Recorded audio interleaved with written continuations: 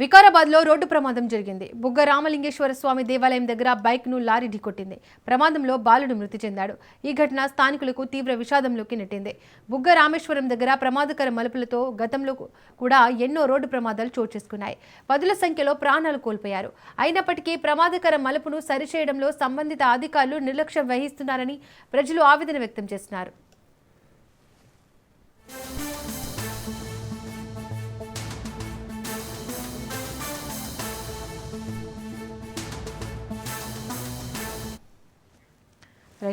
Right ఘటనకు సంబంధించిన మరింత సమాచారాన్ని మా ప్రతినిధి ప్రవీణ్ అందిస్తారు. ప్రవీణ్, అయితే వికారాబాద్ పట్టణ పరిధిలోని బుగ్గ రామలింగేశ్వర స్వామి దేవాలయం సమీపంలో జరిగిన రోడ్డు ప్రమాదంలో జిల్లావాసులను తీవ్ర విషాదంలోకి నెట్టింది. అయితే ద్విచక్ర వాహనం పైన ప్రయాణిస్తున్న ఓ బాలుడు వేగంగా వచ్చిన లారీ ఢీకొనడంతో అతడు అక్కడికక్కడే ప్రాణాలు కోల్పోయినట్టుగా కూడా సమాచారం అయితే వస్తుంది. అయితే అకస్మాత్తుగా జరిగిన ఈ ప్రమాదంతో ఘటనా స్థలంలో విషాద వాతావరణం నెలకొంది. తీవ్రంగా గాయపడిన బాలుడిని కాపాడేందుకు స్థానికులు చేసిన ప్రయత్నాలన్నీ విఫలమైనట్టుగా తెలుస్తుంది. సమాచారం అందుతున్నటువంటి పోలీసులు వెంటనే సంఘటన స్థలానికి చేరుకొని ట్రాఫిక్ ను నియంత్రించి మృతదేహాన్ని పోస్ట్ మార్టం నిమిత్తం వికారాబాద్ ప్రభుత్వ ఆసుపత్రికి తరలించారు. అయితే బుగ్గ రామేశ్వరం మధ్య ఉన్నటువంటి ఈ మలుపు ప్రమాదాలకు పెట్టింది పేరుగా మారిందని స్థానికులు ఆవేదన వ్యక్తం చేస్తున్నారు. అకస్మాత్తుగా వచ్చే మలుపు హెచ్చరిక బోర్డులు లేని అధిక వేగంతో దూసుకెళ్లే వాహనాలను తరచు ప్రమాదాలకు కారణమవుతున్నాయని వారు చెప్తున్నారు. గతంలోనే ఇక్కడ అనేక ప్రమాదాలు జరిగి మలుపులో ప్రాణాలు పోయిన వాళ్ళు ఉన్నారని గుర్తు చేశారు. అయితే ప్రమాదకర ప్రాంతాలను గుర్తిస్తామని అధికారులు ప్రతిసారి హామీలు ఇస్తున్నారు. అవి కేవలం కాగితాలకు మాత్రమే పరిమితం అవుతున్నాయంటూ ఆరోపణలు వినిపిస్తున్నాయి. స్పీడ్ బ్రేకర్లు ఏర్పాటు చేయకపోవడం వలన, రోడ్డు విస్తరణ లేకపోవడం వలన, రాత్రి వేళ తగిన లైటింగ్ కూడా లేకపోవడంతో ప్రాణాలు పోతున్నాయంటూ కూడా స్థానికులు మండిపడుతున్నారు. ఈ ప్రమాదంలో బాలుడి కుటుంబంలో తీవ్ర విషాదం నెలకొని కన్నబిడ్డను కోల్పోయి తల్లిదండ్రులు ఆవేదన చూసి అక్కడ ఉన్న వారందరూ కన్నీరు మున్నీరెత్తున్నారు. ఇకనైనా సంబంధిత శాఖ స్పందించి బుగ్గ రామేశ్వరం వద్ద ఉన్న ప్రమాదకర మలుపును సురక్షితంగా మార్చి తక్షణమే బాధ్యత చర్యలు తీసుకోవాలంటూ కూడా డిమాండ్ చేస్తున్నారు. Right Praveen, thank you.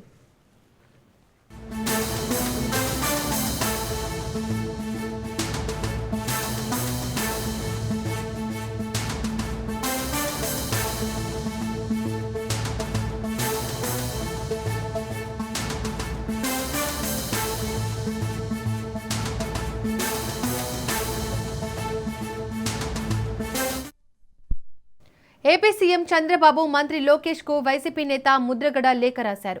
Chandrababu పాలనలో కాపు కులాన్ని టార్గెట్ చేస్తున్నారని ధ్వజమెత్తారు. గతంలో తన కుటుంబాన్ని, ఇప్పుడు అంబటి కుటుంబాన్ని అవమానాలకు గురిచేస్తున్నారన్నారు. గాడి తప్పిన రాక్షస పాలనలో దహనకాండ చూస్తున్నామని ముద్రగడ ధ్వజమెత్తారు.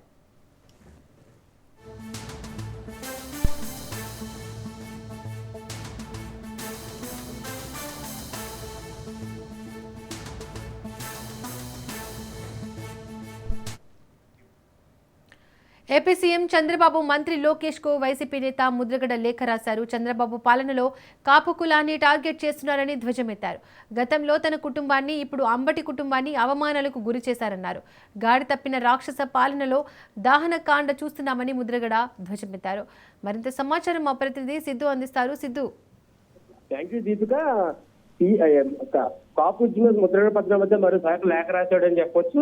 సీఎం మంత్రి లోకేష్ గాని సీఎం చంద్రబాబు నాయుడు గారు లేఖ రాశారు. కాపు కులం రాష్ట్రం నుంచి వేరే రాష్ట్రానికి కట్టుబాట్లతో పంపించండి అని చెప్పి, గతంలో కూడా నా కుటుంబాన్ని, ఇప్పుడు అమ్మడి కుటుంబాన్ని అవమానాలకు గురి చేశారని చెప్పారు. కాపు కులం చంద్రబాబు మీద కోపంగా ఉన్నప్పుడు కూడా డిప్యూటీ సీఎం ఎవరైతే పవన్ కళ్యాణ్ ఉన్నారో మీకు మద్దతు ఇవ్వడం జరిగింది అని తన అభిప్రాయం అయితే చెప్పారు. చంద్రబాబు జైలు ఉన్నప్పుడు కూడా డేలా పడిపోయే కార్యకర్తలు, టీడీపీ కార్యకర్తలు ఎవరైతే ఉన్నారో ఆ టైంలో ఎవరైతే జనసేన అధినేత పవన్ కళ్యాణ్ ఉన్నారో, పవన్ కళ్యాణ్ మీకు మద్దతు రోడ్డు మీదకి వచ్చారని మరోసారి రుజువైందని చెప్పొచ్చు. అది కాపు కులం మీద మీరు ఎప్పుడు కూడా రగిలిపోతూనే ఉన్నారు. గతంలో కూడా నా కుటుంబంపై కక్ష కట్టి నన్ను అరెస్ట్ చేశారు కూడా చెప్తున్నారు. అది గాడిద ఇప్పుడు రాక్షస పాలనలో దహనకాండం చేస్తానని కూడా చూస్తారు. అయితే రాష్ట్రంలో ఎమర్జెన్సీ పాలన పెట్టమని ప్రధాని కోరితే ప్రతిపక్షాన్ని జైలు పెట్టే అవకాశం ఉంటుంది కాబట్టి మాజీ మంత్రిని అవమానించడం ఎంతవరకు న్యాయమని ఒక ముద్రగడ పద్మావతి తెలియజేస్తారు. అయితే తిరుమల లడ్డు విషయంలో మీరు చెప్పింది అబద్ధమని తేలంతో అబద్ధాన్ని కప్పిపుచ్చడానికి పాటలు పడుతున్నారు అయితే ముద్రగడ అయితే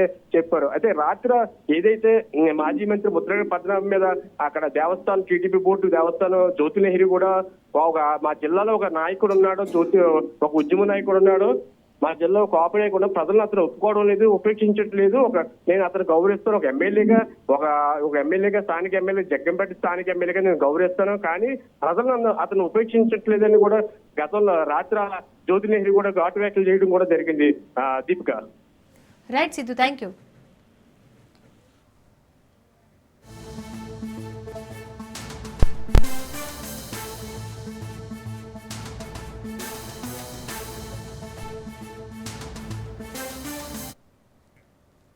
మాజీ మంత్రి అంబటి రాంబాబుకి 14 రోజుల రిమాండ్ విధించింది కోర్టు. దీంతో అంబటిని రాజమండ్రి జైలుకు తరలించారు పోలీసులు. సీఎం చంద్రబాబుపై అనుచిత వ్యాఖ్యలు చేసిన కేసులో అంబటికి కోర్టు రిమాండ్ విధించింది. గుంటూరులోని గోరెంట్ల దగ్గర అంబటి రాంబాబు ముఖ్యమంత్రి చంద్రబాబుపై వ్యక్తిగత దూషణలకు పాల్పడిన ఘటన తీవ్ర దుమారం రేపింది. దీనిపై టీడీపీ శ్రేణులు భగ్గుమన్నాయి. అంబటి ఇల్లు, కార్యాలయంపై దాడికి పాల్పడ్డారు. గుంటూరు జిల్లా టీడీపీ అధ్యక్షుడు పిల్లి మాణిక్యరావు, నల్లపాడు ఎస్ఐ ఇచ్చిన ఫిర్యాదుల ఆధారంగా అంబటి రాంబాబుపై నల్లపాడు పోలీస్ స్టేషన్లో 2 కేసులు నమోదయ్యాయి. ఈ కేసుల్లో అంబటిని శనివారం రాత్రి పోలీసులు అరెస్ట్ చేశారు. నల్లపాడు పోలీస్ స్టేషన్కు తరలించి ఆదివారం రాత్రి 7 గంటల వరకు అక్కడే ఉంచారు. అనంతరం రాత్రి 9 గంటలకు కోర్టులో హాజరుపరిచారు.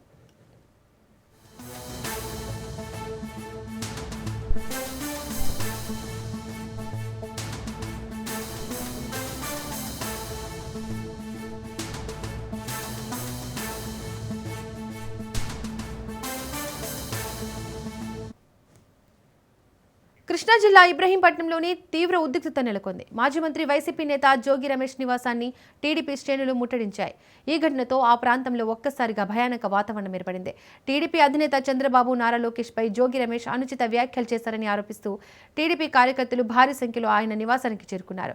తొలుత ఇంటిపై రాళ్లతో దాడి చేసి ఆ తర్వాత ఇంటికి నిప్పు పెట్టారు. ఇంటి చుట్టూ ఉన్న వైసీపీ ఫ్లెక్సీలను దగ్ధం చేశారు. దాడి సమయంలో జోగి రమేష్ ఇంట్లో లేరు. ఈ ఘటనలో ఇంటి మొదటి అంతస్తులో మంటలు ఎగిసిపడ్డాయి.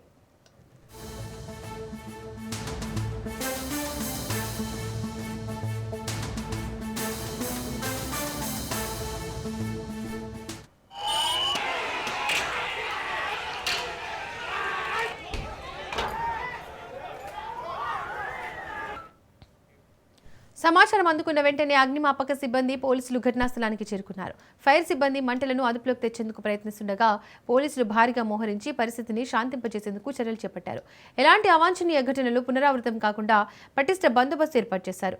ఈ దాడిలో ఎవరికి గాయాలు కాలేదని, అయితే ఇంటికి మాత్రం తీవ్ర నష్టం వాటిల్లినట్లు తెలుస్తోంది. ఉన్నతాధికారులు పరిస్థితిని సమీక్షిస్తున్నారు.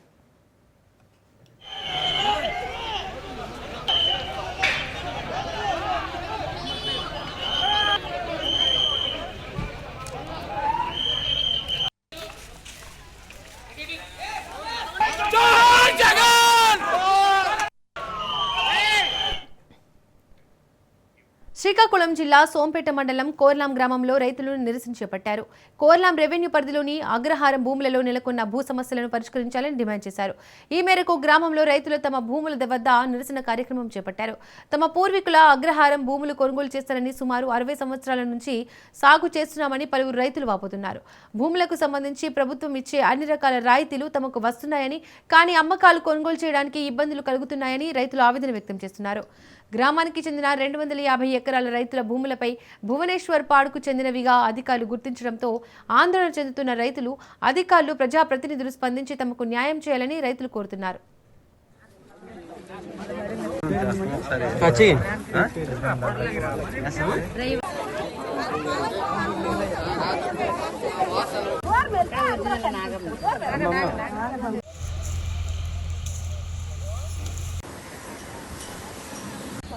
लोकल तेरा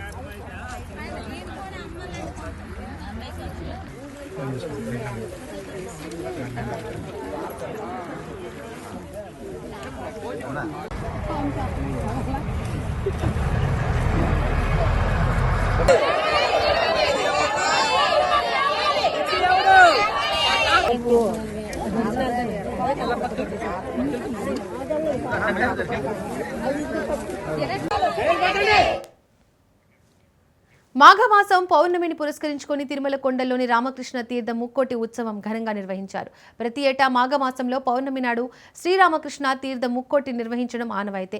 శ్రీవారి ఆలయం నుంచి అర్చకులు, అధికారులు మంగళ వాయిద్యాలతో అటవీ మార్గం గుండా రామకృష్ణ తీర్థానికి చేరుకొని ప్రత్యేక పూజలు నిర్వహించారు. 5,000 మందికి పైగా భక్తులు తీర్థాన్ని దర్శించుకున్నారు.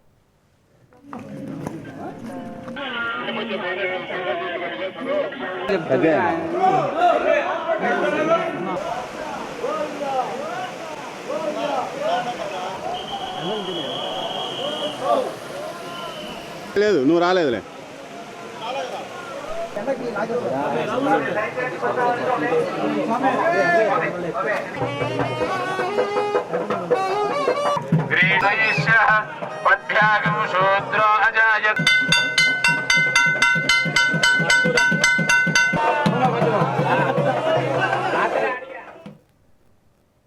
రంగారెడ్డి జిల్లా తుక్కుగూడ ఔటర్ రింగ్ రోడ్ వద్ద పొగ మంచు దుప్పటితో కప్పేసింది.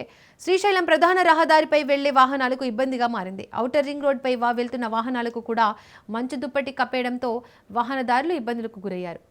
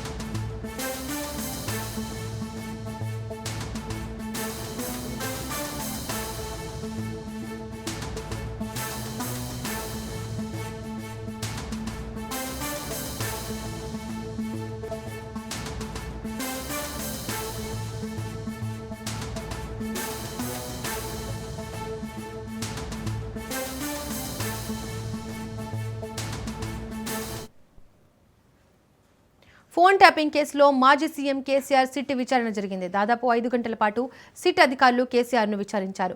ఆధారాలను ముందుంచి కేసీఆర్ను సిట్ బృందం ప్రశ్నించినట్లు తెలుస్తోంది.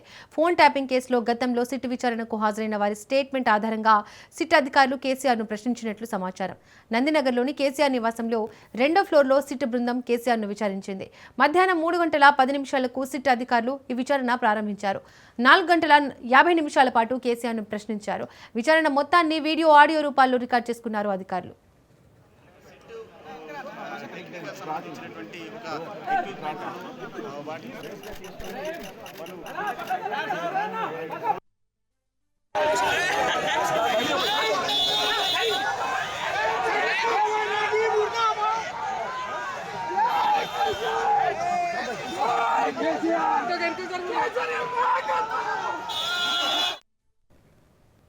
రేవంత్ సర్కార్పై బీఆర్ఎస్ వర్కింగ్ ప్రెసిడెంట్ కేటీఆర్ విరుచుకుపడ్డారు. కాంగ్రెస్ వి డైవర్షన్ పాలిటిక్స్ అంటూ మండిపడ్డారు. ఫోన్ ట్యాపింగ్ కేసులే లీకులే తప్ప ఆధారాలు లేవన్నారు. వైఫల్యాల నుంచి ప్రజల దృష్టి మరల్చడానికే సిట్ విచారణ పేరుతో కాంగ్రెస్ డైవర్షన్ పాలిటిక్స్ చేస్తోందన్నారు.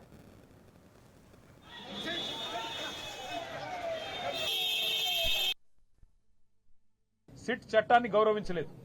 కానీ మేము ఒక బాధ్యత గల పార్టీగా, తెలంగాణ ప్రజల గొంతుగా, తెలంగాణ ప్రజల ప్రతినిధిగా పెద్దలు కేసీఆర్ గారు ఈరోజు సిట్ చట్టాన్ని గౌరవించకపోయినా, రాష్ట్ర ప్రభుత్వం ఆడిచ్చినట్టు ఆడుతున్నా కేసీఆర్ గారు మాత్రం చట్టం మీద, న్యాయం మీద ఉన్న గౌరవంతో పూర్తి స్థాయిలో ఇవాళ విచారణకు సహకరించి, ఆయనకు నిజానికి ఇక్కడ రావాల్సిన అవసరం లేదు. తాను నివాసం ఉండే చోటే నేను విచారణకు హాజరవుతాను అని చెప్తే ఏ కోర్టు అయినా వెంటనే తీర్పిస్తుంది. ఎందుకంటే గతంలో ఎన్నో ప్రెసిడెంట్స్ ఉన్నాయి.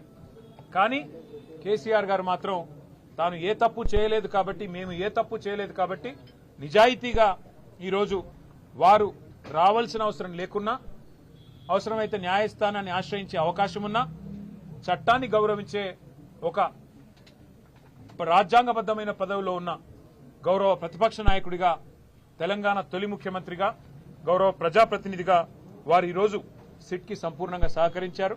వారు అడిగిన ప్రతి ప్రశ్నకి స్పష్టంగా కుండబద్దలు కొట్టినట్టుగా సమాధానం ఇచ్చారు. ఈ రోజుతో నాకు అర్థమైన కాడికి, నాకు తెలిసిన కాడికి, మరి ఈ రాష్ట్రంలోని పోలీస్ యంత్రాంగానికి, ముఖ్యంగా ఈ రాష్ట్ర డీజీపీకి, సిట్కి నాయకత్వం వహిస్తున్న పెద్దలకి ఒక విషయం తేటతెల్లమైందని. కేంద్ర ఆర్థిక మంత్రి నిర్మలా సీతారామన్ పార్లమెంట్లో 2026-27 ఆర్థిక సంవత్సరానికి సంబంధించిన కేంద్ర బడ్జెట్ను ప్రవేశపెట్టారు. వరుసగా 9వసారి బడ్జెట్ ప్రవేశపెట్టి ఆమె రికార్డు సృష్టించారు. 2026-27 ఆర్థిక సంవత్సరానికి గాను మొత్తంగా 53,47,315 కోట్ల కేంద్ర బడ్జెట్ను ప్రవేశపెట్టారు. మొత్తం రెవెన్యూ వసూళ్లను 35,33,150 కోట్లుగా అంచనా వేశారు. మూలధన వసూళ్లు 18,14,165 కోట్లుగా ఉండబోతున్నట్లు బడ్జెట్లో ప్రకటించారు.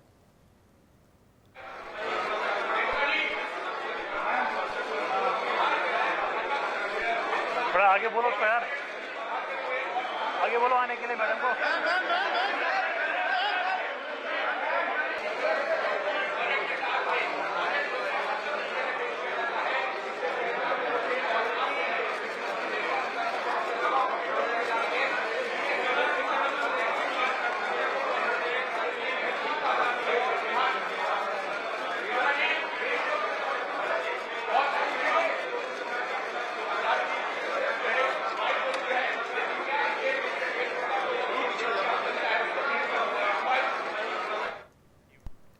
భారత ఆర్థిక వ్యవస్థ గమనాన్ని మార్చే దిశగా సరికొత్త రికార్డులు సృష్టిస్తూ ఆర్థిక మంత్రి నిర్మలా సీతారామన్ 2026 బడ్జెట్ను ప్రవేశపెట్టారు. ఈ బడ్జెట్ సామాన్యుడికి భారీ ఊరట లభించింది. ఏడాదికి 12.75 లక్షల వరకు ఆదాయం ఉన్న వారికి పన్ను భారం దాదాపుగా సున్నాగా మారింది. వేతన జీవులకు ఊరటనిస్తూ స్టాండర్డ్ డిడక్షన్ను పెంచే దిశగా అడుగులు పడ్డాయి.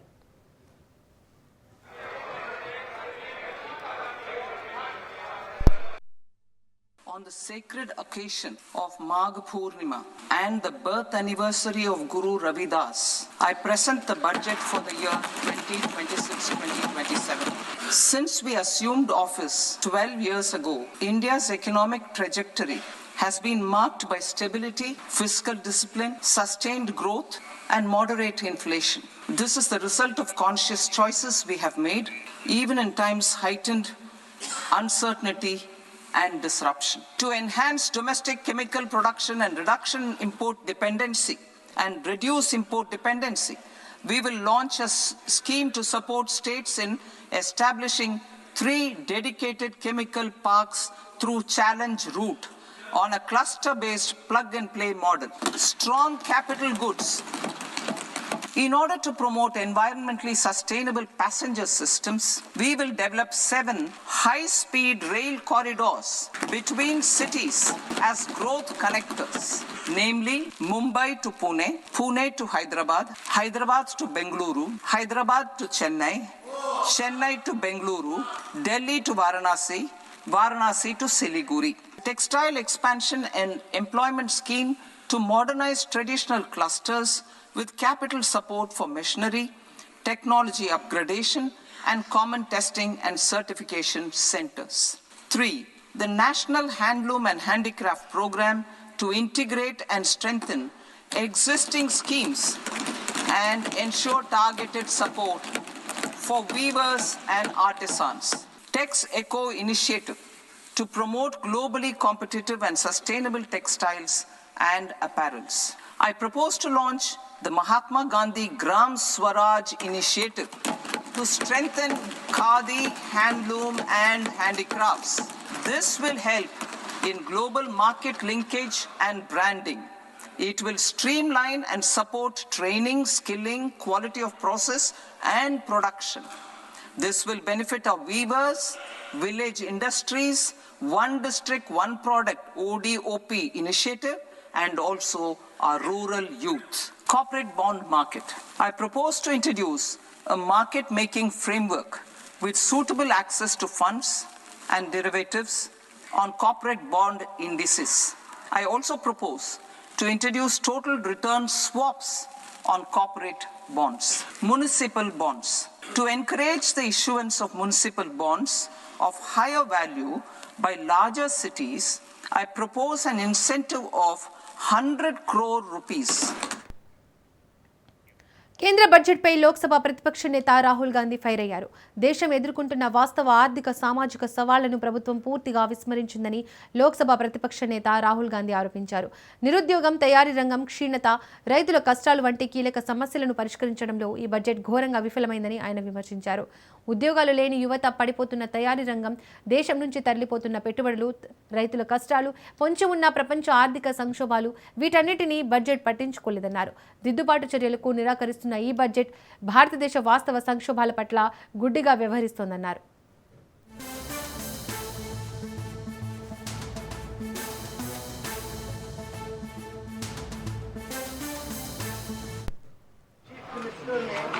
इनको कमिटमेंट दिया है, पर्सनली कमिटमेंट दिया है कि वो कार्रवाई शुरू करेंगे, फ्री एंड फेयर इंक्वायरी करेंगे और एक्शन इनिशिएट करेंगे। 3 दिन पहले कहा हरियाणा के चीफ मिनिस्टर ने सुनाई नहीं करा और वो कमिटमेंट पूरा नहीं हुआ। और इससे जो 2 बेटियां हैं माँ पर, बट स्पेशली बेटियों पर जिन्होंने अपने पापा को खोया है, उन पर बहुत प्रेशर, बहुत दबाव।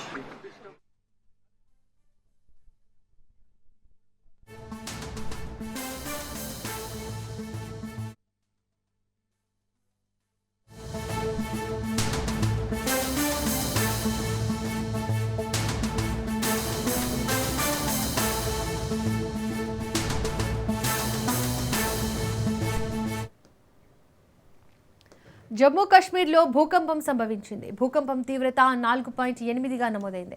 భూమి కంపించడంతో ప్రజలు తీవ్ర భయాందోళనకు గురయ్యారు. ఇళ్లలోంచి బయటకు పరుగులు తీశారు. ఎలాంటి ఆస్తి ప్రాణ నష్టం సంభవించలేదని సమాచారం.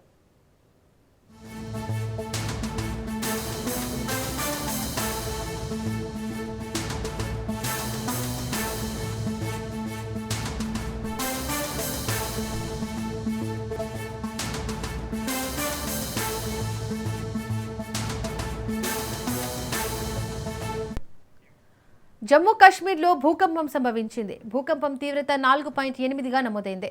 భూమి కంపించడంతో ప్రజలు తీవ్ర భయాందోళనకు గురయ్యారు. ఇళ్లలోంచి బయటకు పరుగులు తీశారు. ఎలాంటి ఆస్తి ప్రాణ నష్టం సంభవించలేదని సమాచారం.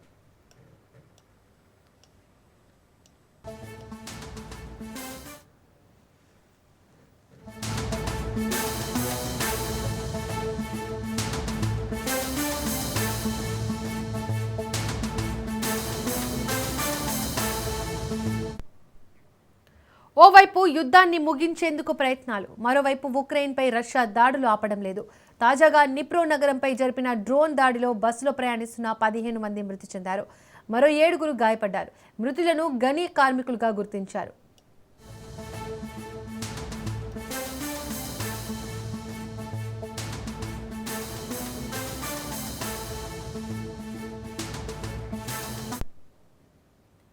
ఆ బస్సు తమదేనని ఉక్రెయిన్లోని అతిపెద్ద విద్యుత్ ఉత్పత్తి సంస్థ డిటిఈకే తెలిపింది. నిప్రోపెట్రోవ్స్క్ ప్రాంతంలోని డిటిఈకే గనులపై రష్యా పెద్ద ఎత్తున ఉగ్రదాడికి పాల్పడిందని ఆరోపించింది. ఈ క్రమంలోనే షిఫ్ట్ ముగిసిన తర్వాత ఇంటికి బయలుదేరిన కార్మికుల బస్సుపై డ్రోన్ దాడి జరిగినట్టు తెలిపింది. ఘటనా స్థలంలో మంటలు చెలరేగినట్లు వెల్లడించింది.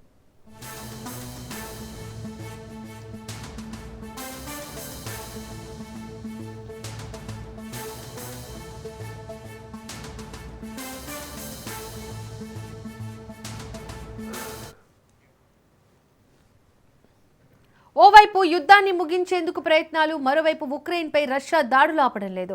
తాజాగా నిప్రో నగరంపై జరిపిన డ్రోన్ దాడిలో బస్సులో ప్రయాణిస్తున్న 15 మంది మృతి చెందారు. మరో 7 గాయపడ్డారు. మృతులను గని కార్మికులుగా గుర్తించారు.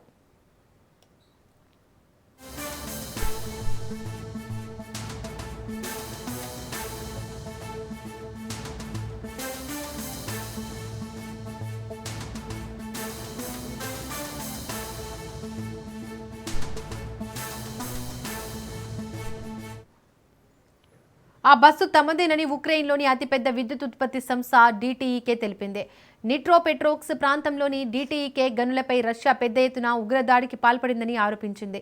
ఈ క్రమంలోనే షిఫ్ట్ ముగిసిన అనంతరం ఇంటికి బయలుదేరిన కార్మికులు బస్సుపై డ్రోన్ దాడి జరిగినట్టు తెలిపింది. ఘటనా స్థలంలో మంటలు చెలరేగినట్లు వెల్లడించింది.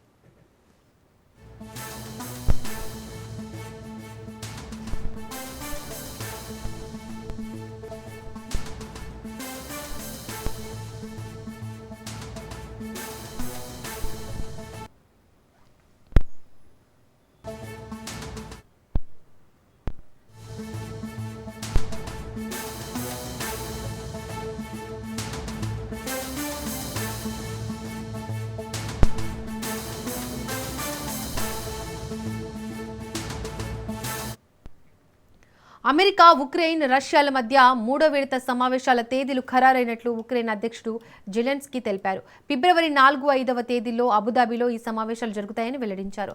సమగ్ర చర్చలకు తాము సిద్ధంగా ఉన్నామని, ఈ సమావేశాల ఫలితం యుద్ధం ముగింపునకు చేరువ చేస్తుందని ఆశించినట్లు తెలిపారు.